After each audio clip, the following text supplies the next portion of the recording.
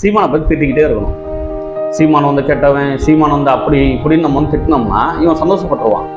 இது வந்து ஒரு வகையான ஒரு மனநோய். இது சீமானை வந்து பேசுகிறான், அண்ணன் வந்து பொது வாழ்க்கைக்கு வந்துட்டாங்க, அதனால அண்ணனை பேசுகிறான், அதில் கூட ஒரு அர்த்தம் இருக்குது. சரி போடா நாய, நீலாம் பேசினாச்சும் வந்து யாராவது மறந்துட்டவங்கள்ட்ட கொண்டு போய் எங்களை போய் சேர்க்க அப்படின்னு சொல்லிட்டு நம்ம விட்டுடலாம்.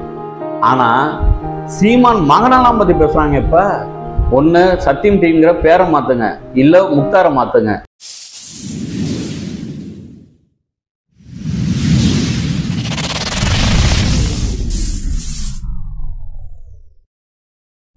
உறவுகளுக்கு அன்பு வணக்கம்.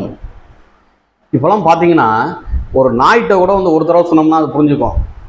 இந்த பக்கம் இதெல்லாம் செய்யக்கூடாது, இதெல்லாம் தின்னக்கூடாது, இவங்கெல்லாம் நம்ம ஆட்கள், இவங்கெல்லாம் வந்து பேசக்கூடாதுன்னா அது கூட தெரியுது இதெல்லாம் வந்து நம்மளாம் செய்யக்கூடாது அப்படின்னு சொல்லியிருக்கிறாங்கன்னு. ஆனால் இங்கே சில ஆட்கள் இருக்கிறாங்க, மனிதங்கிற பேரில் வந்து ஒரு மலத்தை திங்கிற அளவுக்கு வந்து ஒரு புத்தியோட வந்து சில பேர் வாழ்ந்துட்டு இருக்கிறாங்க. அவங்களுக்கெல்லாம் பார்த்தீங்கன்னா அந்த ஒரு சுத்த அறிவுங்கிறது இருக்க மாட்டேங்குது, யாருக்காக யார் பேசுகிறாங்கன்னு இருக்க மாட்டேங்குது. ஏதோ வெந்ததை தின்னுட்டு கண்டதை பேசிட்டு போகணும் அப்படிங்கிற மாதிரி அவங்க என்ன செய்கிறாங்க, ஒரு குழுவை இணைஞ்சுக்கிட்டு யார் வந்து சரியாக இயங்குறாங்களோ அவங்கள வந்து இயங்க விடுறது கிடையாது. இவங்க ஏங்கி நின்று அவங்கள பார்த்துக்கிட்டு காலை பிடிச்சி இழுக்கிறது. நான்லாம் இங்கே நக்கி திங்கிறேன், நீ மட்டும் எப்படிப்பா நல்லா இருப்ப அப்படின்னு சொல்கிறதுக்கு அதுக்கு வந்து ஒரு பேர், இதுக்கு வந்து வேற ஏதாவது ஒரு பேரை வச்சுட்டு கூட இவங்க போய் பிழைச்சிருக்கலாம். ஆனால் அப்போல்லாம் இல்லாமல் என்ன செய்கிறாங்க, சீமானை வீழ்த்தணுங்கிற ஒரு அஜெண்டாவை ஏற்படுத்திக்கிட்டு, ஏன்னா வந்து இன்னைக்கு இவன் விட்டு பொண்டாட்டி போலலாம் வந்து சர்வசாரமாக வந்து ஒரு 10 மணிக்கு மேலே தெருவில் போயிட்டு வந்துடலாம் பாருங்க. ஏன்னா அந்தளவு இன்னைக்கு வந்து ஒரு சமூகம் வந்து ரொம்ப நல்லா இருக்குது. எங்கே பார்த்தாலும் தெருவுக்கு 4 டாஸ்மாக் கடை. அந்த லட்சணத்தில் இவன் வீட்டில் பொண்டாட்டி பிள்ளை வெளியில் போக முடியாது, அக்கா தங்கச்சி வெளியில் போக முடியாது, ஏன் ஆம்பளையே வெளியில் போக முடியாதுங்கிற சூழ்நிலை தான் இருக்குது. இப்போ நம்ம கூட இப்போ வந்து தொடர்ந்து பார்த்துட்டு இருக்கிறோம். கஞ்சா அடித்தவன் வந்து இங்கேருந்து காவல்துறையை பிடிச்சி அடிச்சிட்டு இருக்கிறான். அந்தந்த காவல்துறை வந்து இங்கேருந்து போயிட்டு இருக்கிறாங்க. அவங்கள்ட்ட போய் நம்ம வந்து சொல்லலாம்னு பார்த்தோம்னா போக்குவரத்து தொழிலாளர்கள், அதாவது ஓட்டுநர் நடத்துனரை போட்டு அடிக்கிறான். இது போல் வந்து பல பிரச்சனைகள் நாளுக்கு நாள் நிற்கிது. இதோட என்னன்னா அந்த குடிபோதையில் வந்து தாயோட கழுத்தை கூட அறுத்துடுறான். ஆனால் அதெல்லாம் வந்து பேசுறதுக்கு, அதெல்லாம் வந்து பேசி இது வந்து மக்கள்கிட்ட கொண்டு போய் எடுத்து சொல்லி இதை வந்து அரசாங்கத்துக்கு வந்து இதெல்லாம் வந்து எடுத்து சொன்னோம்னா அந்த அரசு வந்து திருந்தும்.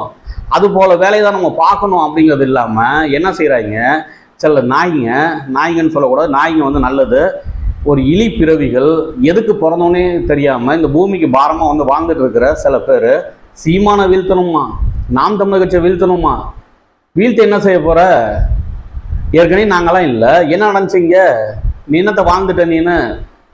அதாவது இனத்துக்காக இருந்தாலும் பிரச்சனை இல்லை, மதத்துக்காக இருந்தால் கூட ஒன்றும் பிரச்சனை கிடையாது. சரி அவங்கவுங்க மதம் அவங்கவுங்களுக்கு, அவங்கவுங்க இனம் அவங்கவுங்களுக்கு அப்படின்னு நம்ம சொல்லலாம். இல்லை ஒரு மனிதத்துக்காக வாழ்ந்தாலும் ஒன்றும் பிரச்சனை கிடையாது. ஆனால் இவெல்லாம் எதுக்கு வாழ்றானே தெரில. இப்போ இந்த அளவு நான் பேசும்போது தெரிஞ்சிருக்கோம் உங்களுக்கு, நம்மள்கிட்ட வந்து அதிகமாக வந்து இந்த தப்புல கட்டின அந்த ஒரு மாட்டு தோலாட்டம் அடி வாங்குற ஒரே ஆள் வார்த்தையால் நம்ம யார், நம்ம முக்தார் தான். அவன் என்னங்க செஞ்சுருக்கிறான், இப்போ அவன் சொல்லக்கூடாது ஏன்னா நம்மளோட ஊடகவியாளர் அப்படின்னு பார்த்தோம்னா எல்லாம் ஊடகவியாளர்னு போட்டோம்னா ஊடகவியாளரா என்ன, ஒரு இந்த பெரிய ஒரு மீடியாவில் வந்து அப்படி உட்காந்துக்கிட்டு பேசுனா ஒரு ஊடகவியாளர் என்ன. அந்த தொலைக்காட்சியை பாருங்கள், பேர் வந்து சத்தியம் தொலைக்காட்சிங்க. பொழுது விடிஞ்சு பொழுது போனால் வந்து அலையிலுயா ஆண்டவரவன் வந்து ரசிக்கிறாரு, இப்படிலாம் போகிறாங்க நிகழ்ச்சி. அந்த அளவுக்கு வந்து மனிதர்கள்ட்ட கொண்டு போய் அந்த ஒரு மனிதத்தை வந்து வளர்க்கணும் அப்படின்னு சொல்லி அந்த டிவி வந்து பரப்புகிறாங்களாம். ஆனால் என்ன நடக்குது, சீமானை வீழ்த்தணுங்கிற ஒரு அஜெண்டாவில் இருக்கிற அந்த லேகியம் விற்கிற அந்த முக்தாரை கொண்டாந்து உட்கார வச்சுக்கிட்டு அவங்க வந்து ஒரு நிகழ்ச்சி நடத்துகிறாங்க. அந்த நிகழ்ச்சிக்கு வந்து இப்போ வந்து அந்த ஒரு டிஸ்க்ளைமரும் போட்டாங்க. அந்த டிஸ்க்ளைமர் என்ன போகிறாங்க, இதுக்கும் சத்தியம் தொலைக்காட்சிக்கும் எந்த தொடர்பும் இல்லை, அப்போ எதுக்கு நீ அதை ஒளிபரப்புற, வேற ஒளிபரப்பிட வேண்டியதானே. அப்போ என்ன ஆகி போயிடுது, இவங்க மேலே உள்ள ஒரு நம்பகத்தன்மையும் போயிடுது. சில ஊடகங்கள் அப்படிதான் வந்து இப்போ ஒரு நம்பிக்கையாக இருந்த ஊடகங்கள் மேற்கொண்டு இந்த நம்பிக்கை ஆயிடுச்சு அப்படின்னு பார்க்கும்போது நம்மளாம் ஒரு வைத்தறிச்சலாக இருக்குது. ஏன்னா இந்த ஊடகங்கள்லாம் எவ்வளோ ஒரு அழகான ஒரு செய்திகளை வந்து முன்னாடி சொல்லிட்டு இருந்துச்சு, இந்த ஊடகம் வந்து எவ்வளோ ஒரு நல்ல செய்திகளை கொண்டு போய் காட்டியிருக்குது.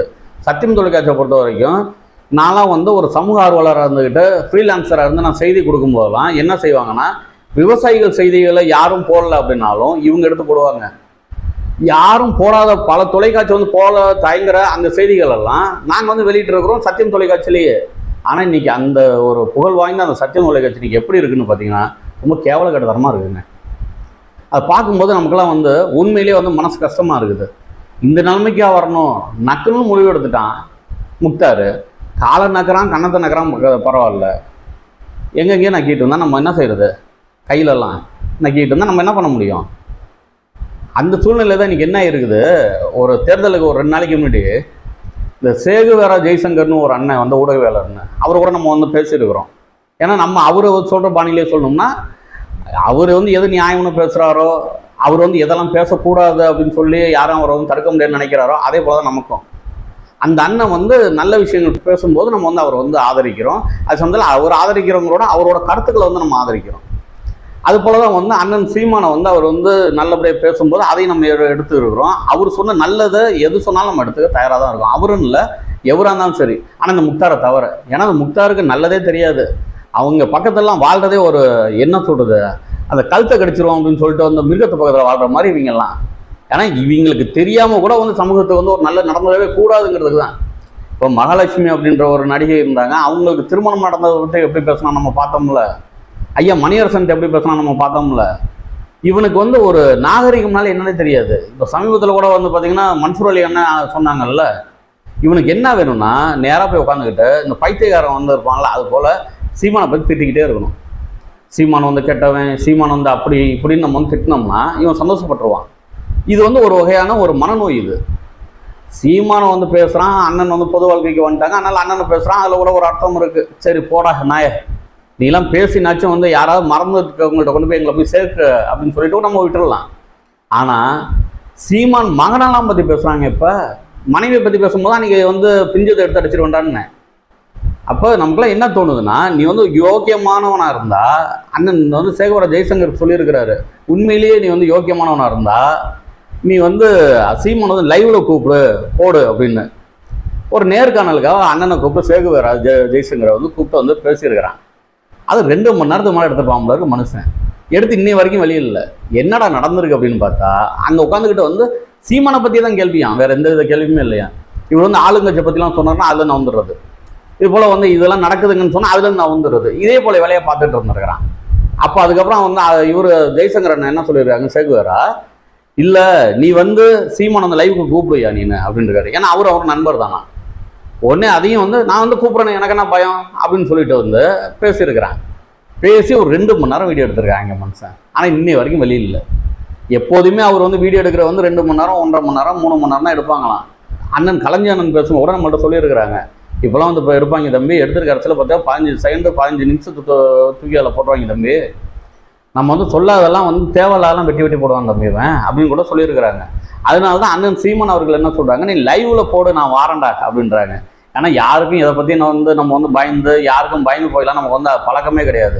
அது நமக்குன்னு இல்லை, நம்ம இனத்துக்கே அந்த பழக்கமே கிடையாது. எத்தனை நாட்டு இராணுவங்கள் நின்ன போய் நின்றுட்டு இருந்த அந்த தலைவனை எதிர்த்து நின்று அந்த தலைவனை தான் வந்து நம்ம தலைவனை எடுத்துக்கிட்டு நிற்கிறோம். இவனை மாதிரி இல்லை. இப்போ நான் சொல்கிறேன்ல, நான் ஊடகம் வச்சு நடத்திட்டு இருக்கிறேன். அரசியல் மாநாடுன்னு மாத இதழ் வந்துக்கிட்டு இருக்குது, அரசியல் மாநாடு யூடியூப் சேனல் இருக்குது, மாநாடு யூடியூப் சேனல் இருக்குது, வலைதளம் வச்சு நடத்திட்டு இருக்கிறேன். நான் சொல்கிறேன்ல, நான் நாம் தமிழர் கட்சி, ஆனாலும் நியாயமான செய்தியில் எடுத்து போடுவேன். இன்றைக்கி மகேந்திரன் அண்ணன் தஞ்சாவூர் வந்திருந்தாங்க, கம்யூனிஸ்ட் கட்சி சேர்ந்தவங்க. இப்போ நம்மாழ்வார் மக்கள் இயக்கம்னு ஆரம்பிக்கிறாங்கன்னாங்க, அதுக்கு போய் வந்து பத்திரிகையாளர் சந்திப்பில் வந்து அவங்கள்ட்ட வந்து செய்தி எடுத்தால் போட்டோம். எப்போதுமே வந்து மனுஷனை வந்து மதிக்கணுங்க. அப்போ தான் வந்து நல்லா இருக்கும். இப்போ நம்ம ஊடகவியாளர்கள் பல பேரை நம்ம பார்த்துருக்கோமே. இப்போ ரபி பர்னாட்னு ஒரு அண்ணன் நான்லாம் படிச்சுட்டு இருந்த காலத்தில் வந்திருந்தாங்க. அவரை மாதிரிலாம் ஒரு ஆள்லாம் வந்து வாய்ப்பே கிடையாது நம்மலாம். அவர்லாம் இன்றைக்கி எங்கே போனார்னே தெரில. இப்போ நம்ம தந்தி டிவி அண்ணன் பாண்டே அண்ணன் எடுத்துக்கோங்க, அவரும் சரி, அவர் கொஞ்சம் கிடிக்கிப்படி கேள்விகள்லாம் கேட்டாலும் கூட அந்த கேள்விகளில் ஒரு நியாயம் இருக்கும். அது வந்து வேற எதிராளியை வந்து வீழ்த்தணுங்கிறது வந்து கருத்துவியலாக தர்க்கத்தில் வந்து வீழ்த்தணும்னு நினைப்பார தவிர அவங்களோட பர்சனலை வந்து வீழ்த்தணும்னு நினைக்க மாட்டார். ஆனால் இவன் என்ன செய்கிறான், முழுவதுமே வந்து வீழ்த்தணும். ராத்திரியில் போனால் கூட இங்கே வந்து பார்த்திங்கன்னா சீமான் சொல்லிட்டு போனால் இவங்கெல்லாம் என்னத்தை நம்ம செய்கிறது. ஆனால் இது போல் ஆட்கள்லாம் இருக்கிற வசாங்க. நான்லாம் ஊடகவியலாளராகி இன்றைக்கி ஊடகவியலாளர் அப்படின்னா நம்ம வந்து ஏதோ ஒரு பக்கம் வந்து நம்ம வந்து பேசணும் அப்படின்னு இல்லாமல் நம்மளாம் நடுநிலையை இந்த நாய் மாதிரி இருந்துடக்கூடாதுங்கிறதுக்காக தான் நம்ம வந்து ஒரு நடுநிலையாக இருக்கிறோம்.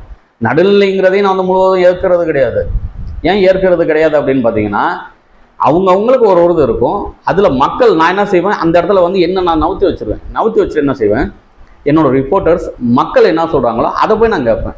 அதுவும் ஒரே இடத்துல போய் கேட்காம ஒரு 10 இடத்துல போய் இது என்ன நினைக்கிறீங்க, நாம் தமிழ் கட்சியை பற்றி என்ன நினைக்கிறீங்க, மைக்கை பற்றி நான் நினைக்கிறேன், அப்படி தான் நம்ம கேட்போம். ஏன்னா நான் என்னையே வந்து சோதிச்சுக்கிற ஒரு இடத்துல தான் நிற்கிறவன் நான். அதனால தான் இன்றைக்கி வந்து மக்கள் வந்து பேராதரவு வந்து எங்களுக்கு, அதாவது நாம் தமிழர் கட்சிக்கு முழுவதே கொடுத்துட்டு இருக்கிறாங்க. இப்போ பாருங்கள், யார்கிட்ட போய் கேட்டாலும் வந்து மைக் சின்னத்துக்கு போட்டேன், மைக் சின்னத்துக்கு போட்டேன்றான். அது பெட்டி என்ன செய்ய போகுதுன்னு அது அடுத்தது. ஆனால் சொல்கிறவங்க எல்லாருமே பார்த்தீங்கன்னா, நம்ம வந்து இது ஊடகவியலாளர்னு காட்டிக்கிறது இல்லை, நாம் தமிழர் கட்சிக்காரன்னு காட்டிக்கிறது இல்லை. இப்போ ஒரு நுங்கு வாங்குற இடத்துல போய் கேட்டோம்னாலும் அவங்க மைக் சின்னத்துக்கு போட்டாங்க அப்படின்னு தான் சொல்கிறாங்க. அப்போ ஒரு புதிய ஒரு மாற்றம் வந்து இந்த மண்ணில் வந்துகிட்டு இருக்குது. அந்த வளர்ச்சியை பிடிக்காம தான் இவன் அதை செய்கிறான். இவனுக்கு அஜெண்டா போட்டு கொடுத்தவங்க கூட இது போல் செய்ய மாட்டாங்க. ஆனால் அவ்வளோ ஒரு கேவலமாக நடந்துக்கிறாரு இந்த சத்தியம் டிவியில் இருக்கிற முக்தார். ஒன்று சத்தியம் டிவிங்கிற பேரை மாற்றுங்க, இல்லை முக்தாரை மாற்றுங்க. நாம் தமிழர் கட்சி வளர்ச்சியையும் அண்ணன் சீமானின் வளர்ச்சியையும் யாராலையும் தடுக்க முடியாது. ஏன்னா இது வந்து சீமானுங்கிற ஒத்த மனுஷன் கிடையாது. அது ஒரு கருத்தியெல்லாம் நாங்கள் ஒன்று உருவாக்கி வச்சிருக்கிற எங்களோட பெட்டகம், அது எங்களோட பொக்கிஷம். அந்த பொக்கிஷத்தை சிதைக்கிறதுக்கு விட மாட்டோம். அது வந்து சத்தியமும் விடாது.